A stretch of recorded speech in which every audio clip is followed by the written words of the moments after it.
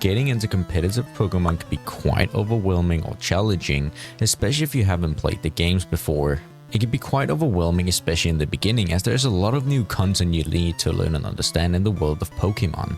Luckily for you guys, this is the series where I will be teaching you guys the basics of competitive Pokemon, starting off with typings. Pokemon has a lot of elemental typings such as fire, grass, and water, and many more. Each type has its strengths and weaknesses, forming a complex rock-paper-scissor dynamic that defines the strategic depth of Pokemon battles. Typing is the most important thing in competitive Pokemon because it is what decides whether your Pokemon's attack into another Pokemon is going to be super effective, not very effective, or just effective in general. Because knowing whether your Moonblast is going to do super effective damage and not very effective damage can be the difference between having a KO or being KO'd. So whether if you are a veteran into the world of competitive Pokemon or you're just thinking about starting your journey out right now, then this video is for you. There are 18 types in Pokemon right now. I mean, technically there is 19 if you want to count the Stellar type, but I don't really want to count that because it's part of a gimmick, so it's not really relevant for you right now anyway, so let's forget that and let's stick with the 18 types. Focusing on learning each type's weaknesses or resistance can be crucial to understanding whether your Pokemon is going to be able to take a hit or two in order to survive. Some types, as you can see here on the chart, will do double damage into another type, which is also known as super effective damage. Also, if it says not very effective, that means that the damage is cut in half. To illustrate this on an easier basis, let's take fire type Pokemon. Fire types do super effective damage into grass types, meaning a 70 power base move deals 140 now. However, if they would go for the same move into a water type Pokemon which resists fire, then the 70 power base move will only be a 35 power base move now.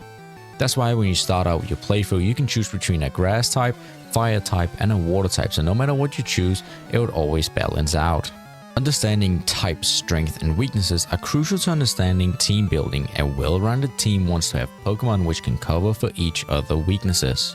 For an example, if you have a Rillaboom which is weak to fire, you would most likely want to have a water type next to it which can cover for the fire type weakness.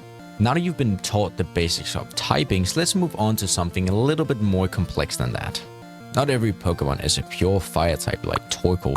Some Pokemon have dual typings such as Charizard, which means that it has two typings. In Charizard's case, this means it is a fire and flying type. Being a dual type means that you can get both resistances and weaknesses from both typings. Let's take Charizard for an example. Charizard's fire type makes him weak to ground, rock, and water, but he resists bug, fairy, fire, grass, ice, and steel.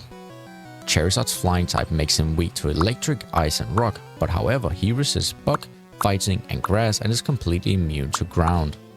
You're probably thinking now, wait a minute, how can Charizard be simultaneously weak to ground but also immune to it? Well, if a Pokemon has an immunity and a weakness in its dual typing, that means it will just be immune to it. Dual typing does so both types comes together, so Charizard's fire flying will have a 4-time weakness to rock since both fire and flying types are weak to it. It'll be weak to electric and water as neither flying nor fire cancels out those weaknesses. Charizard resists fire, fairy, fighting, and steel, and then is completely immune to ground types. You're probably thinking, wait a minute, didn't you mention earlier that because of its flying type it has a weakness to ice type? I mean, you're technically right, but hear me out. Since Charizard is weak to the ice type from its flying type, but is also a dual type with having fire, that means the fire type, which is resistant to the ice type, will cancel out the weakness in the flying type section and therefore will be a neutral hit. This is why dual typing can be quite confusing to deal with, but it can also give you an advantage over your opponent. Another reason why typings is important is because if you have a Charizard facing up against a Blastoise, you can think to yourself that the Blastoise most likely will go for a water type move into the Charizard since Charizard is weak to that. So you can switch out your Charizard for Venusaur for example, and Venusaur is a grass poison type and will therefore resist the water type attack.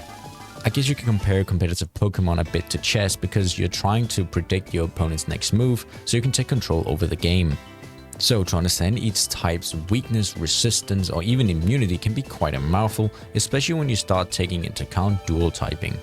My advice for you would to be study a type chart and then memorize what typings are good into what. In general, if you start playing the game a lot, understanding types will come to you naturally after some time.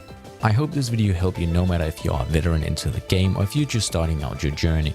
Until next time, Bergs out.